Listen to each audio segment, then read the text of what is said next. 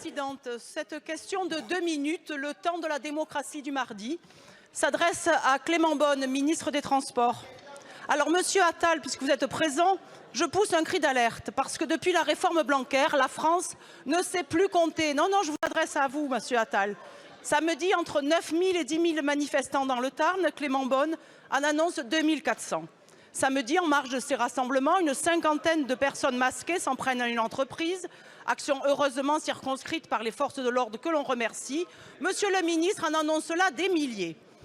Alors évidemment, je pousse un cri également d'interpellation à Madame Retailleau. Le gouvernement tourne délibérément le dos à la communauté scientifique qui ne cesse d'alerter sur les effets de l'inaction climatique et se fait déloger dimanche à coups de gaz lacrymo lors d'un débat déclaré en préfecture dans un champ privé prêté par un agriculteur. Or, que vaut une démocratie qui relativise les savoirs scientifiques, nous alertait hier dans une tribune Guillaume Carbou. Pendant ce temps, l'État a choisi de confier la concession autoroutière à la société Atosca, détenue à 60% par deux sociétés capital risque de droit luxembourgeois. Sommes-nous d'accord, Monsieur le ministre, sur ce pourcentage de 60%? Pendant ce temps, l'État a consenti un contrat de 55 ans avec la société Atosca. Sommes-nous d'accord, Monsieur le ministre, que ce contrat a bien été signé pour 55 ans? Et pourriez-vous nous dire pourquoi une si longue durée?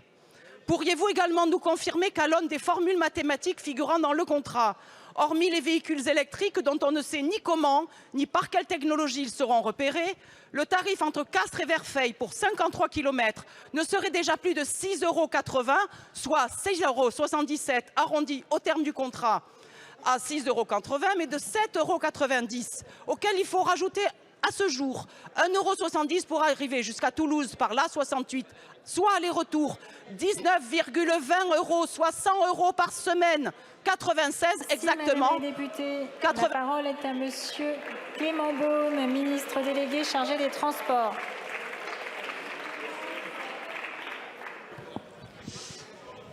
Madame la Présidente, Mesdames et Messieurs les députés, Madame la députée Arrigui, tout à votre complotisme et à votre humour noir, je regrette que vous n'ayez pas commencé par le commencement, Madame Arrigui, que vous n'ayez pas commencé, Madame Arrigui, par les principes républicains les plus élémentaires, que vous n'ayez pas commencé par condamner les violences inacceptables qui ont eu lieu. Et ça n'est pas une question d'arithmétique, à part celle, et le chiffre est malheureusement élevé, des 7 gendarmes qui ont été blessés par des violences scandaleuses, Madame la députée Arrigui. Je regrette que vous n'ayez pas commencé par saluer l'action des agents de l'État, du préfet du Tarn, des forces de police sous l'autorité du ministre de l'Intérieur, qu'il faut respecter l'ordre républicain. Je regrette, Madame Arrigui, que vous n'ayez pas eu un mot pour les fonctionnaires de l'État, pas un mot pour rappeler le nécessaire respect du droit de manifester dans le cadre de la République et de l'ordre nécessaire. Madame la députée Arrigui, ce n'est pas une question d'arithmétique, c'est une question de démocratie.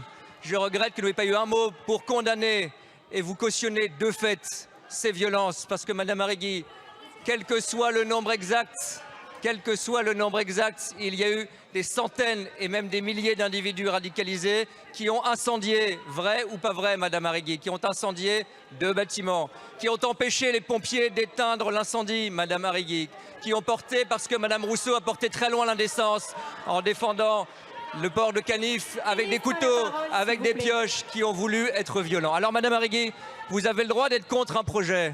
Nous en avons discuté longuement. Vous avez le droit d'encourager et de participer à des manifestations.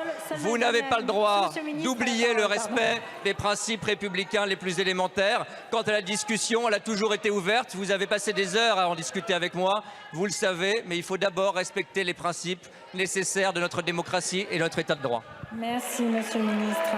La parole, Madame Arrigui. Je ne crois pas qu'il ne vous reste pas de temps de parole. Non. Vous n'avez plus de temps de parole. Non.